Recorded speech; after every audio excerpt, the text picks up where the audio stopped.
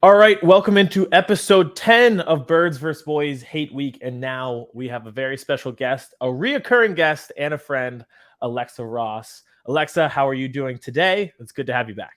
Aidan, I am great. It is Cowboys Hate Week, and we actually get to hate I because know. we actually get to hate. I'm so happy about it. I mean, you never want to miss a host, but bye.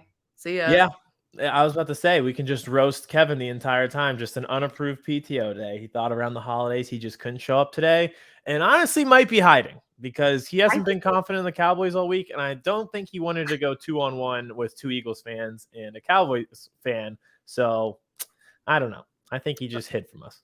I was gonna say I think he's hiding, and he did pop on very briefly to be like, "Oh, you're in Cowboys blue," and I was like, "Nope, this is Philly versus everybody, man. You are Mhm. sorely mistaken." So he is whatever. He just doesn't get to see something good. He He will doesn't get to enjoy it. No. No, and it's the Big holidays. Poor guy.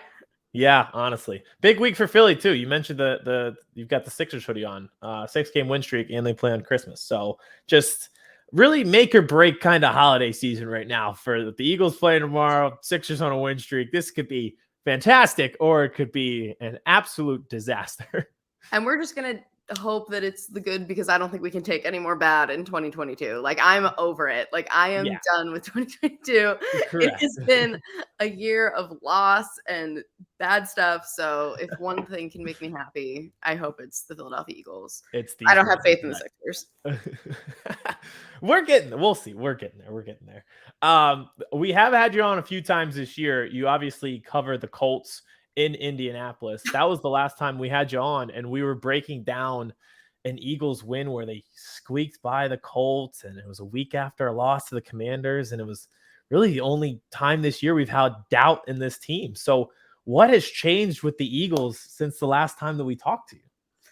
I just think that you have to take your hits when you get them, and I think they needed to take their hits, and I think that the Commanders, between the Commanders game and then the Colts game, and the Colts game was obviously super emotional for Nick Sirianni, not having Frank on the other sideline and stuff like that. So I think that that was kind of like, obviously it was a win, but I think it was like something that Nick felt that he personally needed to do to vindicate himself and be Frank and see his coaching staff who came with him from Indianapolis.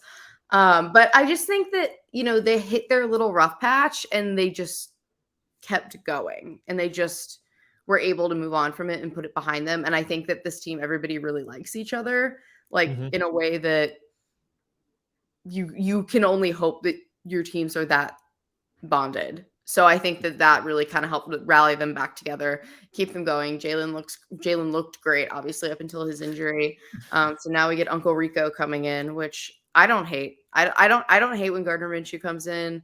I know he's going to be playing for extra this week because of Leach having Yes. passed away. Rest in peace, Mike Leach. But I think that that will be, I think that if they have to have their backup come in any week, it's the week that he has something a little extra to play for sure. Definitely. I know I agree with you, and I might have an insane take. I'm gonna run it by you, and I'm gonna see if you agree. Okay, I'm Obviously, ready. Gardner's playing just for this moment and this moment alone, not a full 18 game season, but just where we're at in the Okay. schedule. Is it insane for me to say I have as much confidence in Gardner Minshew this week as I would have in Jalen Hurts? Is that wild? It's a little wild. I see what you're saying. I mean, the thing about that is like you have an all pro now offensive line. Yes. If or with alternate, there is a lot of protection there and a lot of good stuff. You also have AJ Brown. There's so many more weapons than in years past. Like it feels like you could plug and play a bunch of different people at quarterback and make it work. Obviously, I think they're going to rely a little bit more on the run game now Mhm. because Gardner's not quite as mobile as Jalen, but like most guys aren't as mobile as Jalen. So no, I think that like there's reason for that, and like your feelings are valid. Speaking of therapy, this going back to I told therapy, you it used to be therapeutic. yeah, no, I think your feelings are valid. Yeah, it's kind of it's I don't even want to. Maybe it is a hot take. It's an out there take, but it's not like someone please come get their mans. Like, he's fine. It's I think what my issue is, like, I see things happen and then it sticks in my brain forever. Like, for instance, I think Brock Purdy's good because I watched him at Ohio State and I probably bet on him like twice. And now I'm like, all right, well, he's better than Jimmy G, which could, to be fair, could be true. But at the same time, like when we were young, we watched Jeff Garcia as a backup quarterback win Yes. in Dallas on Christmas. It's like, well, that's in my brain. So it's possible because I've seen it. Yeah, I mean, listen, any given Saturday, which Yeah. I've been saying both ironically and unironically since Jeff Saturday got hired here. But it's true. Any given Sunday, any given Saturday, any given whenever you're playing, I don't think that it's completely off the rails to think that Gardner Minshew, can't beat the Cowboys. I think that they're going to have to do a little bit more to protect him, though. Mhm. Obviously, with Micah Parsons and everything, I think that there's just going to have to be a little bit more care taken by the offensive line than they might, just because we haven't seen him scramble against pressure like that. I mean, Micah Parsons is unbelievable. So, as we've discussed before, but Yes. Yeah. I think there's got to be a lot of misdirection, a lot of receiver screens and stuff like that where you don't have that. You have that break glass in case of emergency with Jalen where you're like, all right, well, if things fall apart, he'll just take off. They did have Mike Vick on the news, and it was so funny. The host was like, I'm afraid to even ask you this question, but should Jalen Hurts run less? And it was just funny to pose that question to Mike Vick, the ultimate yeah. dual What did threat he quarterback. say? He was like, no, absolutely not. It's like, let him take off. But do you think that when Jalen comes back, that they might actually, gear the game plan differently and have less design runs now that we've faced the worst case scenario of him running and getting hurt? I don't know. I think that they could obviously, one of two ways they could handle this. They could make this like a Josh Allen thing of less designed runs, but still just letting him run, like what Brian Mhm. Dable did for Josh. Like, they were like, okay, maybe we're not going to design runs for you, but like, if you feel like you need to take off, you absolutely need to take off, and give him that kind of leeway to like make, you know, to actually make the call himself. I do think he's smart enough. His IQ is good enough. You've seen the RPO. Like, I think that it'd be fine. Design runs with Jalen Hurts are so interesting just because he is so, so fast. And that I just think that like it's such a dynamic part of his game that like taking that away then takes away like a gigantic part of this Eagles offense. So I think they could dial it back for a little bit, maybe like kind of snap count the design runs, like not Mhm. like a true snap count, but just be like, okay, you get like 4 this game, or like what, however Yeah. many number, and then just be like, if you need to run, run. But otherwise, I think that's probably going to be how they handle it.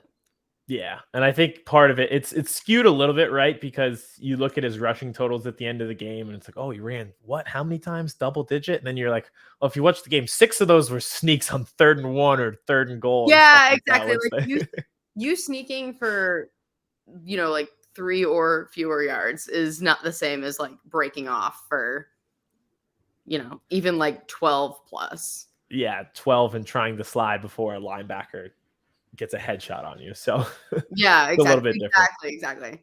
And I don't know if you saw this, but I feel like you can appreciate this because you covered the Bills originally for Buffalo, and then also just like a Twitter thing. Somebody tweeted and they're like, "Oh, look at all these dual threat quarterbacks that got hurt." And they're like, "This proves that you can't have a dual threat quarterback." And intentionally left Josh Allen out, who I think might be the most like reckless dual threat quarterback, who is just like has so many moments where he's in the air like trying to dive for the goal line. He's spinning in the air. The Josh 2-point is conversion on Saturday. Like I he's a like maniac. I like get anxious watching Josh Allen play football. I'm like, he's gonna die. Like, this man, I mean, it's one thing to like watch in the press box and like watch and look down and be like, oh my God, he's doing it again. Like, Josh is really doing it again. But I guess his thought process is like, oh, when you're 6'5", 245 pounds, I mean, he's a tight end. Like, for all intents and Yeah. purposes, Josh Allen is built like a tight end who can throw and also loves to run. And it's we insane. But yeah, like, he's reckless. Like, I'm surprised that and I'm thankfully that worse hasn't happened to him through his play, just because of competition in the AFC and defenses in the AFC are not, they play a lot of teams that love to blitz. And two, I'm just very not that their offensive line is not entirely solid because it's a lot better than many. But Josh is I don't care. Yeah, Dawkins. He doesn't care. There could be fifth graders in front of him and he'd still just be like, yep. It's we had a Cowboys analyst on yesterday who also covers NASCAR, and she was trying to compare NASCAR to the Eagles Cowboys rivalry and who would be the antagonist of NASCAR. And there's this guy who was using the wall to propel himself around the other cars. And it worked. She was either it works and you win, or you're going to cause a massive pileup. And I think that's how Josh Allen kind of plays football, where it worked. He propelled himself. He hasn't gotten hurt yet. So I think that was perfect. That's exactly how he plays. But it's it's not a perfect system, because then, it's, you take you take this man's knees, and he takes his knees into his life every time he does something crazy. Knees, head, shoulders, everything. He's something else. So we'll see about Jalen when he comes back. He's at least pretty good about sliding, but there's just the mentality of it all where, he has to be, because he's a little smaller. Yeah. He has to be good at sliding, or he's going to get leveled a lot. Oh, yeah. And that you saw right away, it was one of the first times where somebody actually got a clean shot on him was a few times against the Bears, and just landing on his shoulder. You could just tell it was just different on Sunday. I felt not in a good way. We just felt very helter skelter, and that leads to injuries like that. So he's not playing. The Cowboys are kind of locked into the 5 seed. We're a win away from the 1 seed, really, and we've got 3 chances at it. So psychologically, I can't really get a feel on this game. What do you think the energy level is going to be for this game that was very hyped up, and now it just doesn't feel like it means as much, but at the same time, a lot of pride on the line. Yeah, exactly. I think that at this point, you're playing for pride. You're playing for the name on the front. You're not playing for seeding. You're not playing for, because you lock up the 1 seed either this week or next. It's not a question in my mind, and I'm going to knock on wood, because God knows that some stupid shit will happen if I don't do that. Can't lose to the Saints for multiple reasons. If you lose to the Saints, I hope you sell the team. Sell now. No, but I just think this is pride. Pride's on the line, and rivalry games, whether they mean everything or nothing, I feel you need to be bringing the same energy all the time, especially if it's a rivalry this big, and especially if with the division being as good as it is now too. Just the NFC East has risen from the ashes of mediocrity to now be one of the best divisions in football. And, so you need to take pride in that. You need to take pride in the fact that a lot of people are now invested in this rivalry because of how good the division is and how much fun everyone is having. I mean, even if seeding is could very minimally move below us, then that, or below, just kind of everything that's leading up to that 1 spot. If you have that bye, you have that's great. And you want that. And you will get that, but play your dignity's on the line, because it absolutely is. You can't have 2 losses. You can't end the season with 2 losses and have one of them be to the Cowboys. Yeah. And we just saw it with the Phillies, where it's you were hot going into the playoffs, and once you were on the right trajectory when you got there, and you saw what happened once you got there because of that. So hopefully the same is true for the Eagles. Now, just a few questions for you rivalry wise. We've talked a lot about football and just individual matchups for the Eagles this year, but I think this week we finally gotten to reflect on just how much we truly hate the Cowboys. And since Kevin's not here, he can't deflect, he can't defend, he can't do anything. We just get to hate on the Cowboys. So since you're here, you're raised in Philly, born an Eagles fan, do you have a favorite moment from this rivalry? Oh my God. Every time the rivalry is played, I just get more and more, like every time there's something. And I think a lot of them are like in-person moments too. Like every time I have seen a Cowboys Eagles game at the Link, it is just like unbelievable. Like the energy is off the charts. People are Mhm. going absolutely bananas, as they should. Like whether it's like week 16 or week 4, like everybody is just losing their minds. And like I just think I have so many fond memories just with my dad being in the Link for those games, which is kind of like a lame answer because it's not like definitively something that happened here. But if Gardner Minshew beats the Cowboys or like stiff arms Micah Parson into like, Yeah. like that will be like one of the best moments of my life. Like that's gonna go like way up.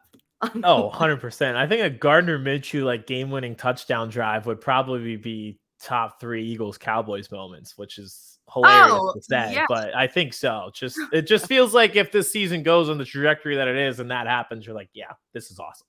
Yeah, it's like, oh, this was just such a, and it's like, oh, let's add insult to injury for the Cowboys. And like, Yeah. I need that. I need that. Like, I love a backup quarterback. Clearly, I've now covered 2 backup quarterbacks starting in a space, and it's a mess. But like, I love when backup quarterbacks play. I love when backup quarterbacks do well. I love when you get to see guys. And, I think that Gardner Minshew is so likable too, Mhm. that like, he's likable to us, but for, Cowboys fans and like Cowboys proper being so like, prim and prissy and whatever their vibes are, they're so snooty that with Yeah. their snooty energy, like, oh, you're going to have this like weird, like kid with long hair who like went to Washington, like Yeah. this like looks like a California surfer, but is from Mississippi kid. It's It's kind of funny because we're used to like no one likes us, we don't care, like Philly thing, people don't like us, they root against us. There's been a few times this year where people were probably rooting pretty hard for us in the World Series. Like no one wanted to see the Astros won. Like the rest of the nation was rooting for us. I think yeah. Christmas Eve nationally televised game, like people really like Gardner Minshew, and not many people like the Cowboys. So I feel like a lot of people are gonna be like, yeah, Gardner, go Gardner. That's what I'm saying. Like the energy gets like you get the benefit of like the national energy. And that really does help, at least from like even on like social media. Like it's nice to Mhm. just be like, oh wow, they like us. Yeah. I don't condone cyberbullying, but it will be nice if like Christmas Eve, everybody's like spending holiday time together and just as a collective, we all just gang up on Cowboys fans if the Eagles win. As just every other football team. That'd be Oh, yeah, that'd be awesome. Great way absolutely. to spend the holiday. Listen, it's a bonding activity, and anytime you can spend time with your family and do something you love, like hating on the Cowboys as a family, you're great. You're great. That's what brings the families of the Northeast together. It's the Eagles winning and the Cowboys Yeah, you could not be more right. Now, last question for you before we get you out of here. We've been asking all of our guests this, and we've kind of answered this a little bit already, but we've been asking everybody in a few sentences. Could you tell us what the rivalry means to you personally? Yeah, I think that this rivalry is really kind of like emblematic of everything that the Eagles are. I think that you can really boil down the Eagles franchise as, a whole and what it means to the city into like this rivalry specifically. To me, it's passion, it's history, it's a lot of fun. And I think that it's us against it's Philly versus everybody, but it's also everybody versus Dallas. So it's like our way of like being accepted. And I think that anybody who just like wants to be accepted, like no one likes us, we don't care. Yeah. But also the feeling of, oh my God, I want the Eagles to beat the Cowboys and then the Patriots in the Super Bowl. Best feeling. Best Yeah. feeling. It Oh, feels so good to have that little bit there. But I just think for me, this is family, this is dignity, it's passion, it's pride, it's all of it. And it really helped me love this game even more. Was just it's like watching this. yeah, it's like if the island of misfit toys became the cool kids table is kind of like what this is with people rooting for the Eagles because they hate the Cowboys. So I definitely get that. It's just like, and it's the perfect culmination this time of year where you're with your family, you're with friends, you're home, whatever, and it's just like, all right, let's just all sit around and hope we beat the Cowboys by 4 touchdowns. Yeah, because it's like, I mean, even when they play late in the season, both teams have either locked up a playoff spot or the Eagles have and the Cowboys haven't. And even with like just like all second string guys going in, you're like, Mhm. wow, they could Like like last year. I want to watch literally, I want to watch them pummel these dudes. Just Yeah, do it. yeah, just I want an actual matchup, and maybe we will get that for the divisional round of the playoff. We'll see. There's a lot going on, but that would we'll definitely have to have you back if that happens because we'll be doing Hate Week all over again in a month if we have that. If we're doing hate week all over again, I want to bully Kevin to his face. He can't miss out that time. Playoff game, no. He has to abandon his family, abandon work, everything. He has to quit his job if it comes down to it, and he has to be here. No, Because no there's excuses. nothing more important than hate week. There's nothing more important than it. And this one goes out to Kevin. You suck, Kevin. And the Cowboys suck. Dallas sucks. And I can't wait for you to listen to this back. So Perfect cap to it. All right, Alexa, thank you for coming on. Before we get you out of here, be sure to tell everybody where they can follow you, find you, listen, and watch your content. yes, at Alexa Ross TV. Um, you'll get some fun tweets on Eagles Cowboys tweets on Saturday night while I am working and watching the game. And watch me just continue to snark the Colts into oblivion because they need it. The tank is coming. The tank for Marvin Harrison Jr. is on. We're all ready for it. That would be a great fit, and God bless you for having to cover that team this year because that is rough. If you can cover the Colts this year, you gotta be covering a fun team by next year. But again, we appreciate you coming on, reoccurring guest, and like we just talked about, if there is a playoff game, we will be doing this all again in about a month. Thank you again, Perfect. Alexa. See ya. Perfect.